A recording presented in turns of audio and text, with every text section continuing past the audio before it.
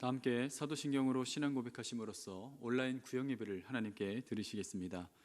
나는 전능하신 아버지 하나님 천지의 창조주를 믿습니다. 나는 그의 유일하신 아들 우리 주 예수 그리스도를 믿습니다. 그는 성령으로 잉태되어 동정녀 마리아에게서 나시고 본디오 빌라도에게 고난을 받아 십자가에 못 박혀 죽으시고 장사된 지 사흘 만에 죽은 자 가운데서 다시 살아나셨으며 하늘에 오르시어 전능하신 아버지 하나님 우편에 앉아 계시다가 거기로부터 살아있는 자와 죽은 자를 심판하러 오십니다. 나는 성령을 믿으며 거룩한 공교회와 성도의 교제와 죄를 용서받는 것과 몸의 부활과 영생을 믿습니다. 아멘.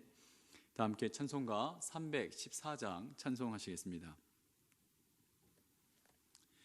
내 구주 예수를 더욱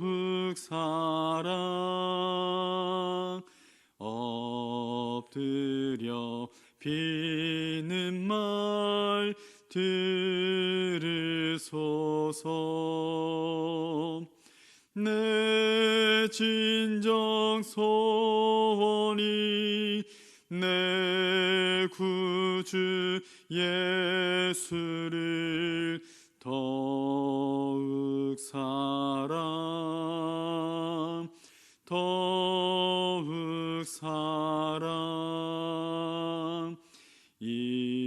이전엔 세상 나 기뻤어도 지금 내 기쁨은 오직 예수. 다만 내 비는 말 내 구주 예수를 더욱 사랑 더욱 사랑. 이 세상 떠날 때 찬양하고 숨질 때 하는 말 이것일세. 다만 내 비는 말 내 구주 예수를 더욱 사랑 더욱 사랑.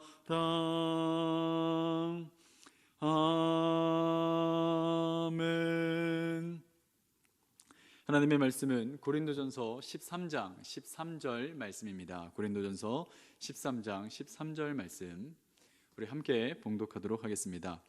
그런즉 믿음, 소망, 사랑 이 세 가지는 항상 있을 것인데 그 중에 제일은 사랑이라. 아멘. 오늘날 세상 사람들은 교회에 다니는 사람을 그다지 좋아하지 않습니다. 그들은 우리를 말쟁이라고 이렇게 부르며 물에 빠져도 이 교회 다니는 사람들은 입만 물에 둥둥 뜰 것이다 라고 그렇게 빈정거립니다. 세상 사람들이 이 그리스도인들을 향해서 말만 잘하는 그런 싸움꾼들로 여기는 이유는 무엇이냐면 그동안 우리 그리스도인들이 잘못된 삶을 살아왔음을 보여주는 증거라고 말할 수 있을 것입니다. 우리가 아무리 이 구원에 대한 이 믿음과 또 소망을 가지고 있을지라도 세상 사람들에게는요 그것이 그다지 중요하지 않습니다.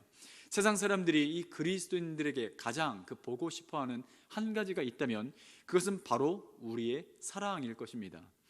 바울은 고린도전서 13장에서 이렇게 말합니다. 그런즉 믿음, 소망, 사랑 이 세 가지는 항상 있을 것인데 그 중에 제일은 사랑이라. 이 믿는 자들의 그 삶 속에요 이 믿음과 소망과 사랑이 항상 있어야 되는데 그 중에 으뜸이 바로 사랑이다라는 것입니다. 자, 세상은 바로 이 사랑에 목말라 있다라는 것이죠. 사도 바울은 고린도전서 13장에서 이렇게 말합니다. 그런즉 믿음, 소망, 사랑 이 세 가지는 항상 있을 것인데 그 중에 제일은 사랑. 바로 이 성도들의 삶 속에 믿음과 소망과 사랑이 항상 있어야 되는데 바로 그 으뜸이 사랑이다라는 거예요. 교회 다닌다라고 해서 모두 다 이 믿음과 소망을 가지고 있느냐? 자, 그런 것은 아닙니다. 사랑 역시 마찬가지다라는 것이죠. 열심히 여러분 교회에 다니며 또 입만 열면 사랑을 외치는 우리에게도 실제로 이 사랑이 없을 수 있다라는 겁니다. 자, 그렇다면 우리 안에 사랑이 있는지 없는지 그걸 어떻게 알 수 있을까요? 사도 바울이 바로 이렇게 말합니다. 자, 뭐라고 말하냐면 우리 안에 사랑이 있는지를 분별할 수 있는 그 기준은 우리가 이 사랑을 제일로 여기고 사느냐라는 거예요. 누구나 여러분 제일 중요하게 여기는 것들이 있습니다. 빌립보서 4장 2절에 보면요, 이 유오디아와 순두개가 사도 바울의 동역자들이었고 빌립보 교회를 충성스럽게 받들었던 성도였으며 훌륭한 전도자였습니다. 자, 그런데 이 두 여인이 교회 안에서 심히 사이가 나빴다라는 거예요. 서로 만나는 것을 싫어했고 미워했으며 하나 되지를 못했습니다. 자, 이 문제가 빌립보 교회 안에 큰 문제거리였다라는 거죠. 믿음이 좋은 사람들이 여러분 이럴 수 있을까요? 자, 그럴 수 있다라는 거예요. 이러한 일은 여러분 비단 이 유오디아와 순두개만 겪는 일이 아닙니다. 우리도 충분히 경험할 수 있는 일이다라는 거예요. 여러분 마귀는요 저와 여러분의 이 약점을 너무나 잘 알고 있습니다. 그리고 그 약점을 아주 잘 이용을 하죠. 자, 그래서 성도 사이에 이 미움과 다툼과 분열과 시기와 질투심 그리고 경쟁심, 갈등 등이 일어난다라는 거예요. 여러분 우리는 어떤 일을 할 때에 무슨 일을 할 때에 옳고 그른 것을 굉장히 중요하게 여기고 따집니다. 옳고 그름을 분명히 하는 교회가 좋은 교회다라고 생각을 하고 있다는 거예요. 자, 그런데 이 옳고 그른 것을 따지는 것보다 더 중요한 일이 있는데 그것이 무엇이냐면 바로 예수 그리스도가 있느냐라는 거예요. 예수님 중심의 생각을 갖는 것이다라는 겁니다. 자, 그것이 무엇입니까? 바로 평안과 하나 되는 겁니다. 하나 되는 것. 여러분 어떤 사람이나 일에 대해서요 우리가 쉽게 옳고 그름을 판단하는 것은 우리가 바로 타락했다라는 증거예요. 부정확한 어떤 판단력에도 불구하고 끊임없이 서로를 판단하기 때문에 이 인간관계가 깨지게 된다는 겁니다. 그리고 상처를 주게 된다는 거예요. 그런데 우리가 정말 예수 그리스도를 진정으로 믿고 이 영적인 눈이 띄게 되면 옳고 그른 것을 분별할 수 있는 그 능력이 강해진다는 겁니다. 자, 그러나 아무리 옳고 그른 것을 판단할 수 있는 분별력이 강해진다 할지라도 그 사람 안에 주님의 사랑이 없으면요 그 사람은 굉장히 무서운 사람이 되어진다는 거예요. 여러분 바리새인들을 한번 좀 생각해 보십시오. 예수께서 가장 천대받던 이 세리와 창녀조차 사랑하고 받아주셨습니다. 그러나 당시에 가장 경건하고 가장 의롭게 산다라고 하는 그것을 자랑하던 바리새인들은요 예수께서 그들을 저주하고 버리신 그 까닭이 어디에 있습니까? 그들은 늘 옳은 것만 따지기만 했지 그들에게는 사랑이 없었다라는 거예요. 여러분 늘 웃는 얼굴에 이 보기만 해도요 온유함이 넘치는 사랑이 넘치는 한 목사님이 계셨어요. 자, 그런데 그분이 처음부터 그렇게 사랑이 많은 분이었느냐? 그렇지가 않았다고 합니다. 목사님의 이 학생 및 그 청년 시절의 생활을 보면요 교회 안에서 굉장히 그 열심은 있었으나 지나치게 율법적이었고 무서운 사람이었다라는 거예요.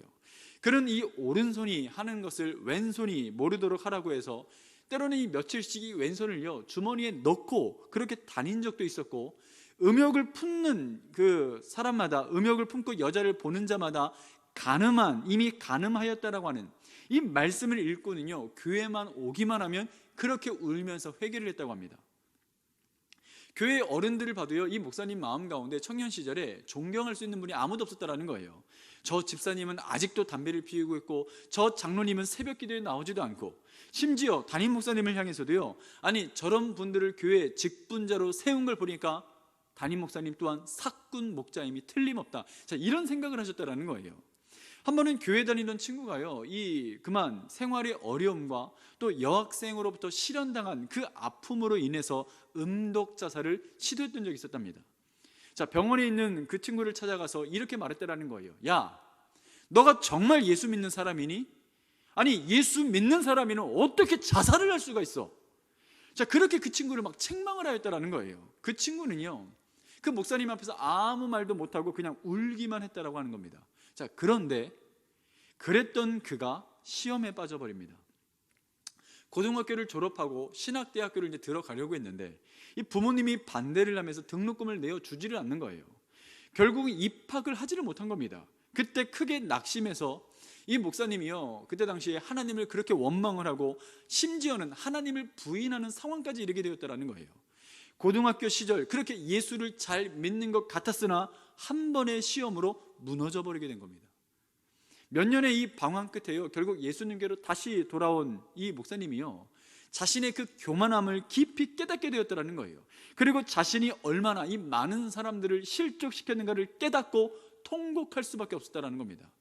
그런 예수님의 사랑으로 다시금 신학교에 들어갈 수가 있게 되었고 마침내 목사가 된 것이죠.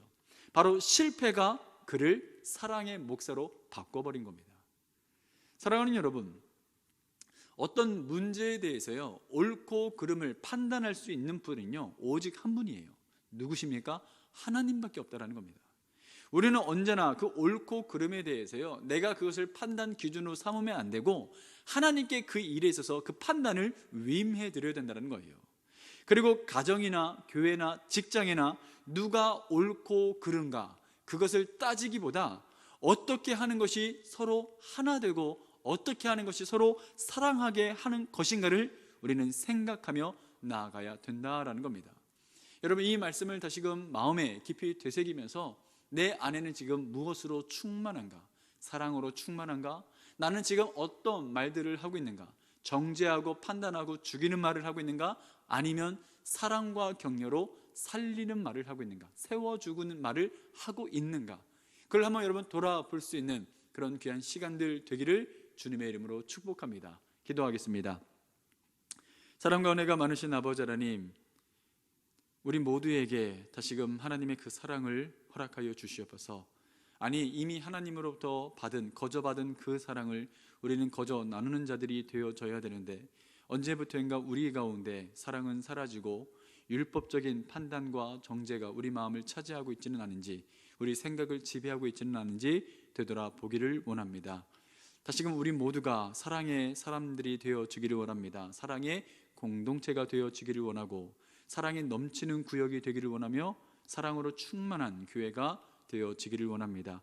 그 일에 먼저 나 자신부터가 사랑으로 충만한 자가 되어지기를 원하며 이 문제를 놓고, 이 일을 놓고 하나님께 기도하며 나아가는 우리 믿음의 백성들, 자녀들 되게 하여 주시옵소서. 예수님의 이름으로 기도드리옵나이다. 아멘. 주기도문으로 마치겠습니다. 하늘에 계신 우리 아버지, 아버지의 이름을 거룩하게 하시며 아버지의 나라가 오게 하시며 아버지의 뜻이 하늘에서와 같이 땅에서도 이루어지게 하소서. 오늘 우리에게 일용할 양식을 주시고 우리가 우리에게 잘못한 사람을 용서하여 준 것 같이 우리 죄를 용서하여 주시고 우리를 시험에 빠지지 않게 하시고 악에서 구하소서. 나라와 권능과 영광이 영원히 아버지의 것입니다. 아멘.